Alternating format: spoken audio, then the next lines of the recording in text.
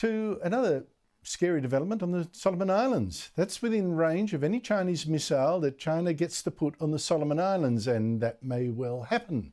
And where is the Albanese government now?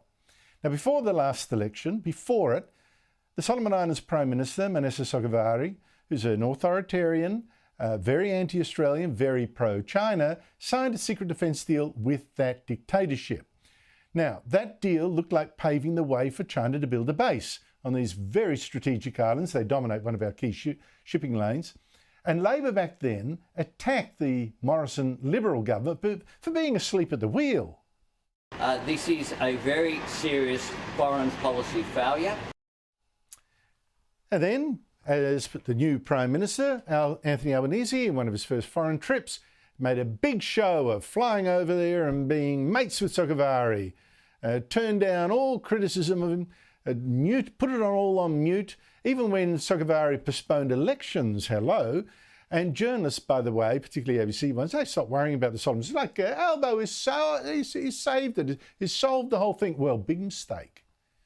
For instance, Sogavare has just gone to China to sign another security deal, this time letting China train his police that Australia funds. Other parts of the deal are secret, God knows what's in that. And Sogavare even called China his home, and he called its dictator, Xi Jinping, a great and wise man. Much like I said, when I arrived and was welcomed, and I said, it's good to be back home. And that's what we admire, the leadership of President Xi Jinping and the Chinese Communist Party. And now, even worse, Sogavare has just landed back in the Solomon Islands and last night blasted Australia, calling it unneighbourly, lacking respect for the Solomons. In China, he also criticised our nuclear subs deal. He said China had to step in and help the Solomons when Australia supposedly failed to give the islands some of the $40 million a year we had promised. That turns out to be false. We had paid up, actually. But still not a squeak from Albanese about this.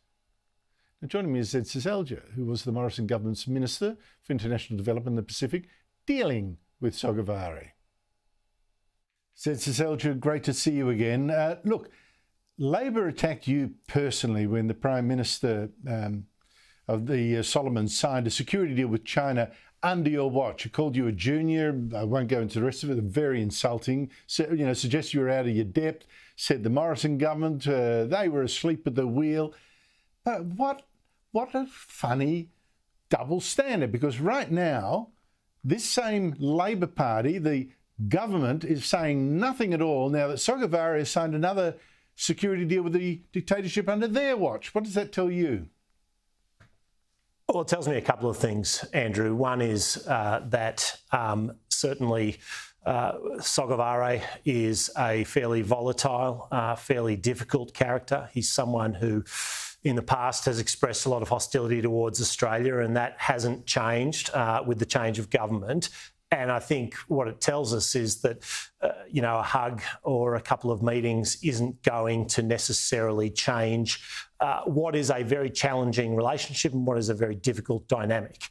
I think the other thing, Andrew, that these circumstances tell us is that I think that the position that the Labor Party took in opposition in politicising this issue, but really, instead of blaming the Sogavare government for a decision that was against Australia's interests, they chose to, of course, blame their political opponents in Australia. And so what that has done, I think, is embolden Sogavare, because he has seen that he can make a decision that goes against the interests of Australia, his closest friend and neighbour, and there are no consequences. In fact, the political party who he's now dealing with in government blamed their opposite numbers. And so he's learnt from that, and he realises he can keep going down that path. And that's what he appears to be doing in some of his recent announcements about China, and indeed in his criticisms of the current Australian government.